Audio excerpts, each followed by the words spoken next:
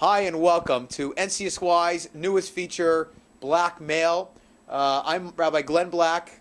This will be my new blog. You can come and visit me every single week. I will be here. Hope you will be too. We'll have stories and ideas, dvar halachas and thoughts. And I welcome you to send me your ideas via email to blackmail@ncsy.ca, and I'll put them on I'll speak about them on the blog, and we'll get your ideas shared. And if you want just a call out, say hello to your friends and family, I'm happy to do that as well. So welcome to our new blog. I want to tell you a story. It's Erev Pesach. It's the eve of Passover. And I want to share with you a story that perhaps you can share at your Passover Seder table. Many, many years ago, as you no doubt know, there was not so easy to be a Jew, and certainly not so easy to keep Pesach. But the Jewish people were very committed, and the great rabbis of the generation did everything they could to take care of their flock and to identify ways to bring Judaism alive. Many years ago, in Lublin, Poland, a rabbi named the Jose of Lublin decided that he would try to make matzahs for his community, and that wasn't easy. You couldn't just get flour, and you couldn't just make matzahs, and it had to be kosher and had to be processed in a certain way. And in Poland in that time, it wasn't easy even to get kosher food, let alone matzah.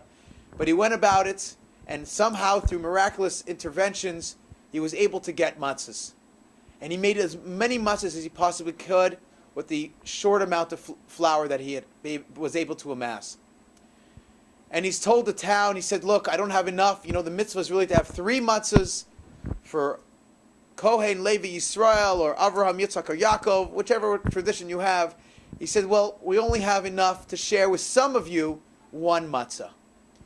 So people lined up from dawn to dark to come and collect their matzah.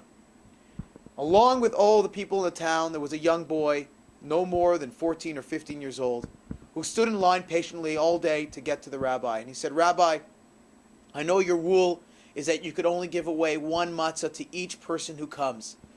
But I am the son of the great Rabbi Levi Yitzchak from the town next door, and we don't have too many matzahs either. And my father, the rabbi, suggested that I come and tell you that I need 2 matzahs. So the Jose said, I can't give you 2 matzahs. I only have enough for 1. Please tell your father. I would love to help him out, but I cannot. And the young boy insisted and persisted. And he said, Rabbi, I cannot go home without 2 matzahs for my father. Please, don't embarrass me. It's a mitzvah of kibbud av v'em. You must help me do this mitzvah that my father has sent me here. Please. And he begged and he pleaded with the rabbi. And the Jose finally said, okay. Reluctantly, he gave him 2 matzahs, and the boy left. And he continued to give away all his supply until there was no more. A couple of weeks later, when it was actually the eve of Passover, Erev Pesach itself, a young boy knocked on the door of the Jose of Lublin, and the boy said, Rabbi, do you have any matzahs left? And the rabbi said, no, I'm afraid I gave out all the matzahs. I have nothing left. Why didn't you come earlier? And the boy said, I did come earlier. So why didn't you take?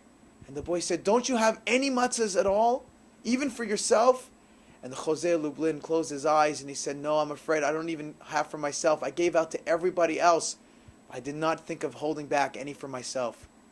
And the boy looked at the rabbi and he says, do you remember me?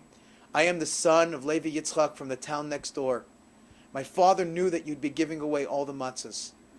And he reached into his pocket and to his bag and he pulled out a matzah. And he says, this is from my father for you. He knew you'd forget to take care of yourself.